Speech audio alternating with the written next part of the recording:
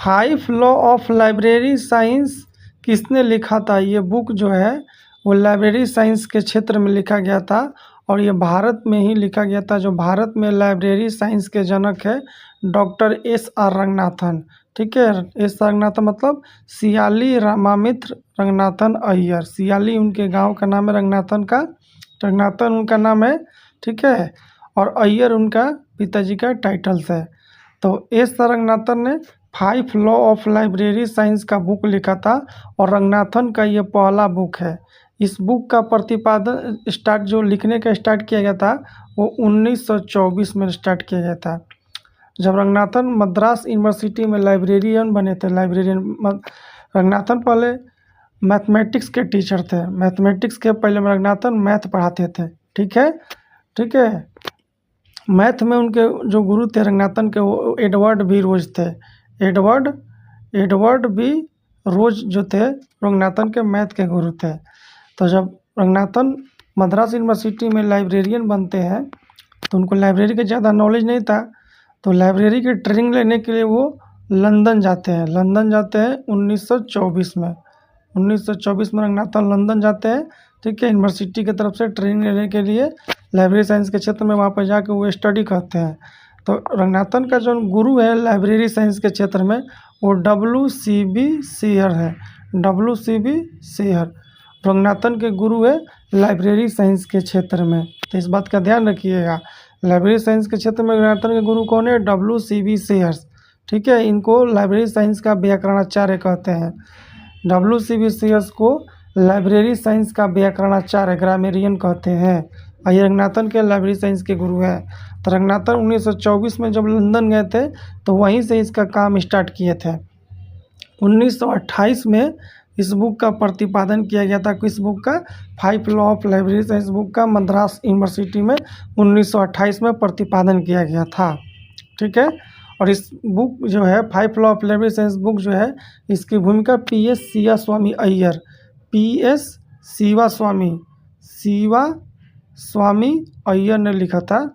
इस बात का ध्यान दीजिएगा, इस पुस्तक की भूमिका P.S. शिवास्वामी अय्यर ने लिखा था और ये रंगनाथन की पहली बुक है और ये 1931 में पहली बार पब्लिश किया गया था। तो इतना बात को अब ध्यान रखिएगा। Next, five law of library science किस वर्ष प्रकाशित किया गया था? तो 1931 में five law of library science प्रकाशन किया गया था।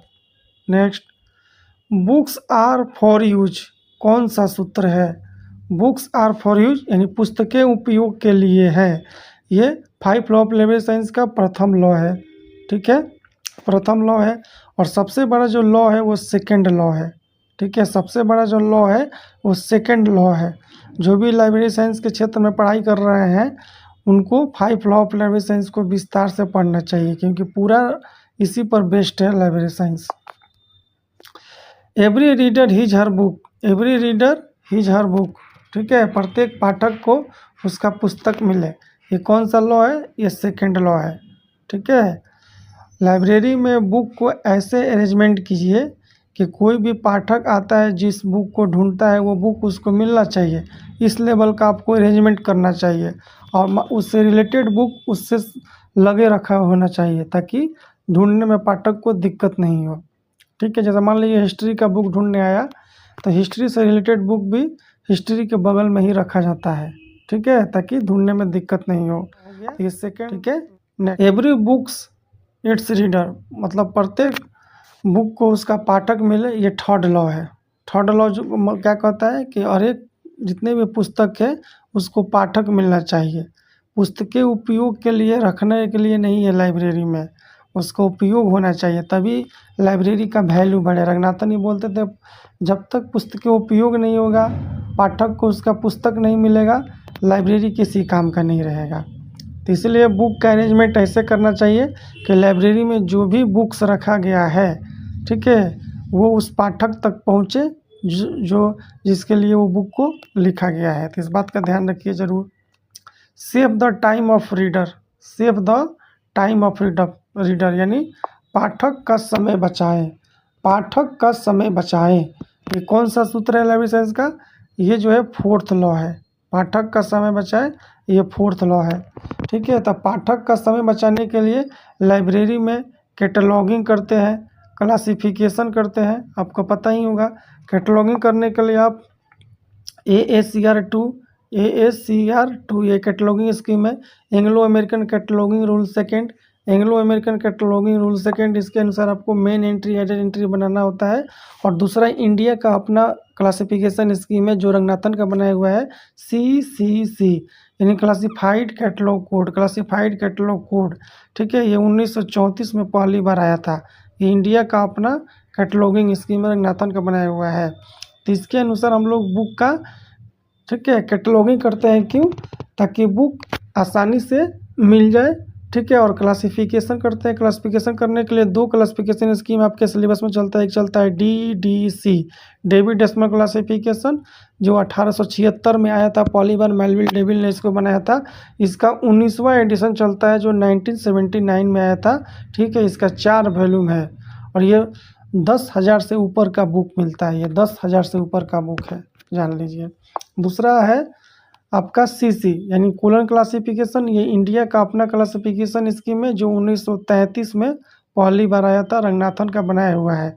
इसको द्विबिंदु वर्गीकरण कहते हैं, द्विबिंदु वर्गीकरण। इसका भी 6 रिवाइज एडिशन आपके सिलेबस में चलता है। 6 रिवाइज एडिशन कोलन क्लासिफिकेशन का आपके सिलेबस में चलता है। तो इसके अनुसार आपको बुक का क्लास नंबर बनाना होता है ताकि पाठक का समय बचे। ठीक है, पाठक का समय नहीं बचेगा, बुक ढूंढने में ही बर्बाद हो जाएगा समय, तो पढ़ेगा क्या पाठक? पाठक का समय कीमती होता है, विशेष ध्यान दीजिएगा। Library is a growing organism, मतलब लाइब्रेरी हमेशा विकास करते रहता है। ठीक है, विकासशील जीव है। ये कौन सा लॉ है? तो ये 5th लॉ है, 5th law, 5th law, 5th law, 5वां सूत्र है। ठीक है, next 5 law of library science का संबंध किस क्षेत्र से है? तो भाई इसका संबंध लाइब्रेरी साइंस के क्षेत्र से है। लाइब्रेरी साइंस के क्षेत्र में रंगनाथन ने लिखा था। निम्न में से कौन सा 5 लॉ में शामिल नहीं है? ये सभी क्वेश्चन प्रीवियस ईयर एग्जाम के आए हुए क्वेश्चन हैं, इसीलिए इस क्वेश्चन को गौर से देखिएगा। मौलाना मजूलक के बिलिस्टोल का, KBS, NBS, EMR, SD, SSSB, AIIMS, ISRO, DRDO, सब लाइब्रेरियन में जो भी एग्जाम होते हैं वहाँ के आए हुए क्वेश्चन है।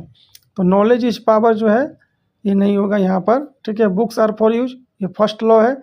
Every reader is her book, ये भी लॉ है। Save the time of reader, ये भी लॉ है 5 लॉ का, लेकिन ये नहीं है। Save the time of the reader कौन सा सूत्र है? 4था सूत्र है, मैं बता दिया था। पाठक का समय बचाइए, तो पाठक का समय बचाने के लिए कैटलॉगिंग कीजिए, क्लासिफिकेशन कीजिए बुक का। कैटलॉगिंग करने के लिए ASCR2 और CCC के अनुसार मेन एंट्री, एडेड एंट्री बनाना होता है।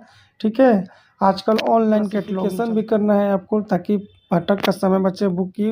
बुक का क्लासिफिकेशन करना होता है CC और DDC के अनुसार। जो भी लोग मौलाना मजूलक से बिलिस्टोल का एग्ज़ाम की तैयारी कर रहे हैं उनका एग्ज़ाम अति शीघ्र होगा। ठीक है, रजिस्ट्रेशन का डेट खत्म हो गया, अब एग्ज़ाम फॉर्म भराएगा और एग्ज़ाम होगा।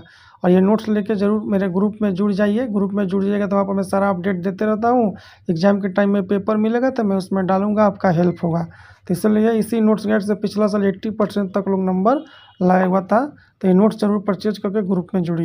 अगर आप मौलाना मजरूल हक यूनिवर्सिटी से BLIS यानी बैचलर ऑफ लाइब्रेरी साइंस या DOL diploma of oriental librarianship का कोर्स कर रहे हैं तो उसके लिए ये गाइड और नोट्स जरूर लें। लाइब्रेरी साइंस नोट्स, इस नोट्स में ऑब्जेक्टिव और सब्जेक्टिव यानी क्वेश्चन आंसर दोनों है। इसी नोट्स को मौलाना मजरूल हक यूनिवर्सिटी के BLIS और DOL कोर्स के एग्जाम के लिए भी बनाया गया है और इसी नोट्स में से जितना भी प्रीवियस ईयर एग्जाम हुआ है सब उसी एग्जाम का इसी नोट्स में से आया हुआ है।